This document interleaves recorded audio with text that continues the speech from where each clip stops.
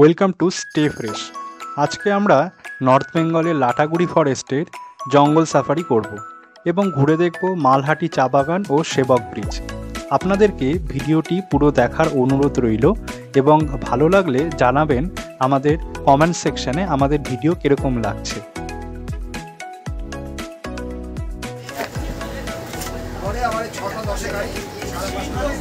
আসুন মোড়ে দিয়েছি মোড়ে দুটো থেকে আসুন দাদা।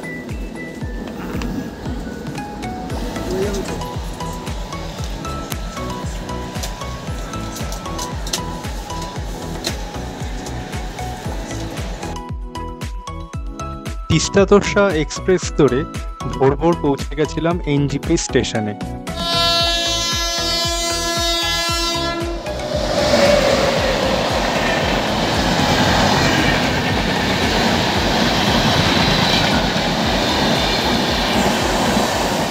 Welcome to a new blog. আজকে এসেছি নর্থ বেঙ্গলের লাটাগুড়ি থেকে সেবক রোড পর্যন্ত যে স্পটগুলো রয়েছে মেনলি সেই স্পটগুলোতেই আমরা ঘুরে দেখব আর তার সাথে আপনাদের সাথেও শেয়ার করব। এখন যদিও আমি রয়েছি ধরলা নদীতে। এই নদীটি লাটাগুড়ি থেকে সেবক রোড পর্যন্ত যাওয়ার পথে মাঝখানে পড়বে। নদীটি কিন্তু বেশ চওড়া। এই যে পেছনে ব্রিজটি দেখছেন, এই ব্রিজের এই লেফট সাইডটা, দ্যাট মিনস এই সাইডটা গেছে হচ্ছে লাটাগুড়ি ফরেস্ট, গরুমারা, জলদাপাড়া অভয়ারণ্যের দিকে, আর রাইট সাইডটা উদলাবাড়ি হয়ে সোজা চলে গেছে সেবক পাহাড়ের দিকে। আর এই রুটটা ধরেই আপনারা আস্তে আস্তে দার্জিলিং পর্যন্ত পৌঁছে যেতে পারবেন, কিন্তু পুরোটাই দার্জিলিং পর্যন্ত কানেক্টেড।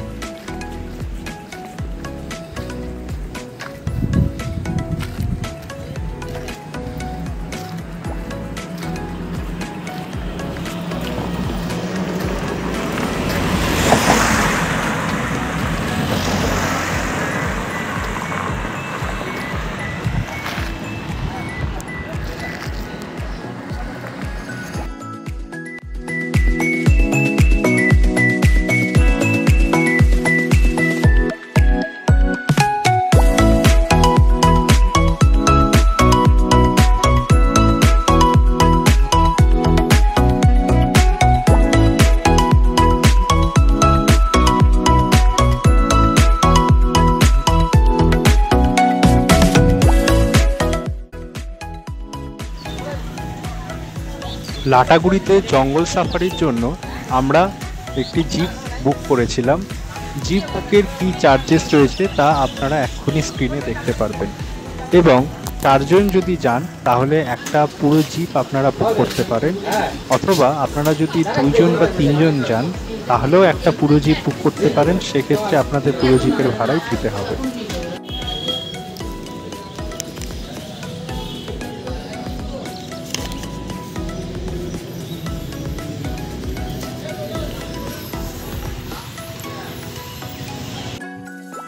শুরু হয়ে গেল আমাদের জঙ্গল সাফারি।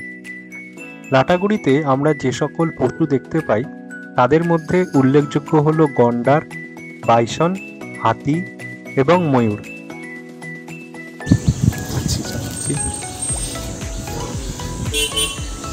ফরেস্টের মধ্যে প্রবেশ করার আগে গাইডকে তার নাম এন্ট্রি করতে হয় এবং কতজন যাত্রী নিয়ে যাওয়া হচ্ছে সেটিও এন্ট্রি করতে হয়।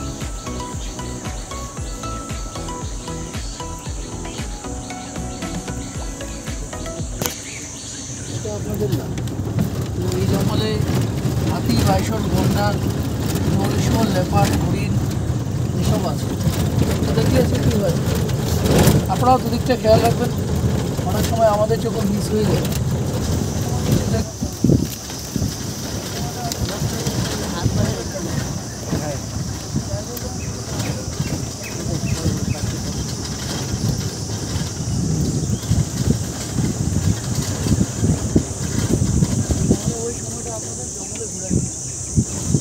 একটু ধর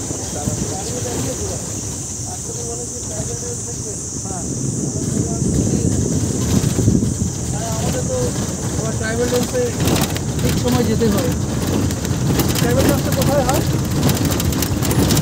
হচ্ছে লাস্টের দিকে গ্রামের মধ্যে।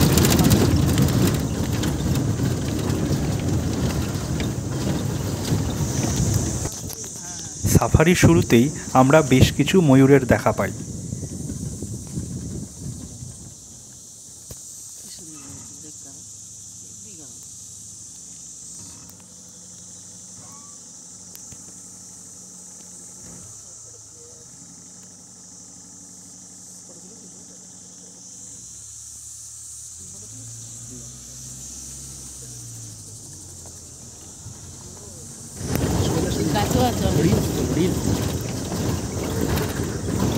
দাদা ময়ূর সামনে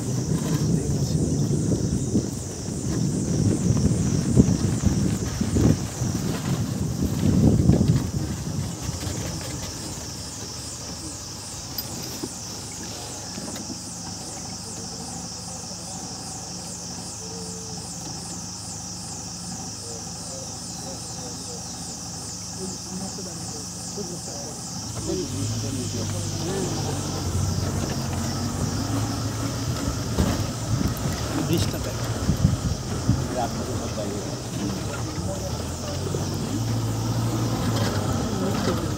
চুপ করে থাকো সব।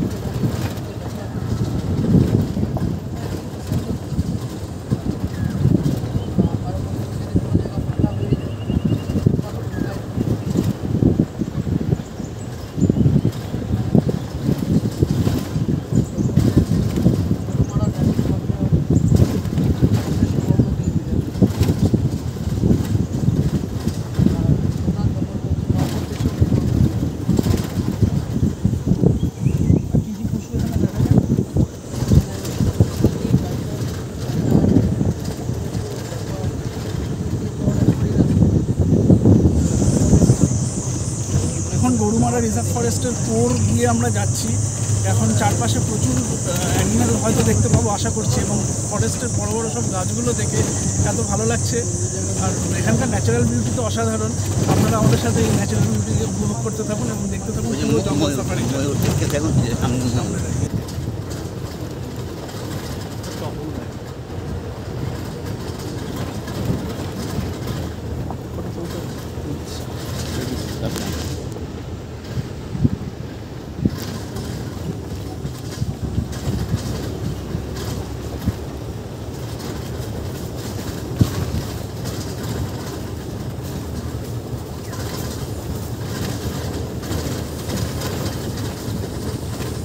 আপনারা শব্দ শুনতে পাচ্ছেন, এগুলো কিন্তু সব পোকা মাকড়ের শব্দ নয়। এখানে কিন্তু প্রচুর র্যাটেল স্নেক রয়েছে। ওই র্যাটেল স্নেকের লেজের শব্দ কিন্তু আপনারা এখানে শুনতে পাচ্ছেন। এছাড়া তো পোকা মাকড়ের শব্দ রয়েছে। হয়ে গেছে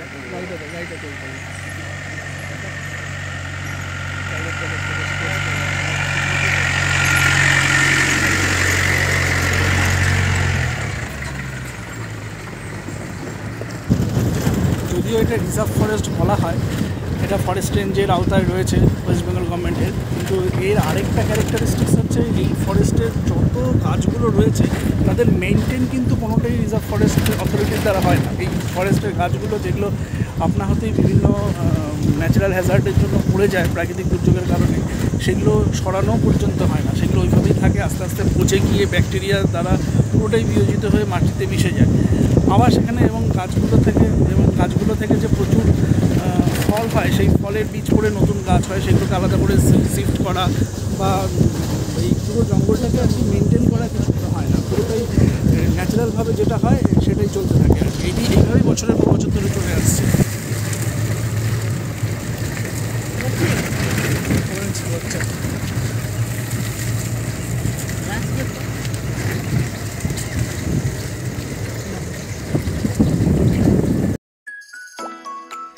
এইভাবেই শেষ হলো আমাদের জঙ্গল সাফারি। এরপর লাটাগুড়ি ফরেস্ট থেকে বেরিয়েই কিছু গিফটের দোকানে আমরা গেছিলাম, যেখান থেকে আমরা কিছু গিফট কিনেছিলাম। তারপরে আমরা খেয়েছিলাম শুক্লা বৌদির হোটেলে। আপনাদের কাছেও সাজেশন রইল, আপনারা লাটাগুড়িতে গেলে এই শুক্লা বৌদির হোটেলে লাঞ্চ করতে পারেন। রান্না খুবই ভালো এবং দামও অনেকটাই কম।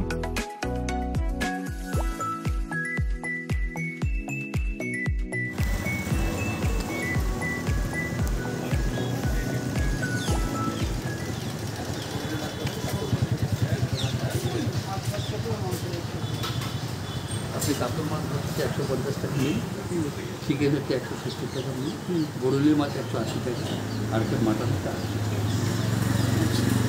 ভেজ ভাত কী বললো? ওই তো কাতলা মাছের থালি হচ্ছে 150, 150, বড়লি মাছ 180।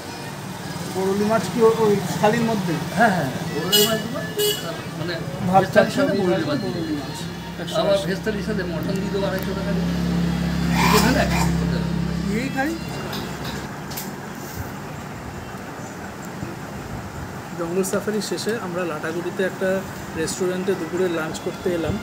এখানে লাঞ্চ বেশ ভালোই দিয়েছে সাদা ভাত, পটল আলুর তরকারি, এখানে ভেন্ডি সর্ষে দিয়েছে, ডাল, লাল শাক, উচ্ছে ভাজা, পাঁপড় ভাজা আর পেঁয়াজ লঙ্কা নুন তো আছেই, এবং দেখে মনে হচ্ছে রান্নাটাও খুব টেস্ট হয়েছে। আজকের ব্লগটা এখানেই শেষ হলো। পরবর্তী ব্লগে আমরা ঘুরে দেখব মালহাটি চা বাগান ও চা ফ্যাক্টরি, কিভাবে চা তৈরি হয় চা ফ্যাক্টরিতে। আশা করি আপনাদের ভিডিওটি ভালো লাগলো। যদি ভালো লেগে থাকে তাহলে চ্যানেলটিকে অবশ্যই সাবস্ক্রাইব করবেন।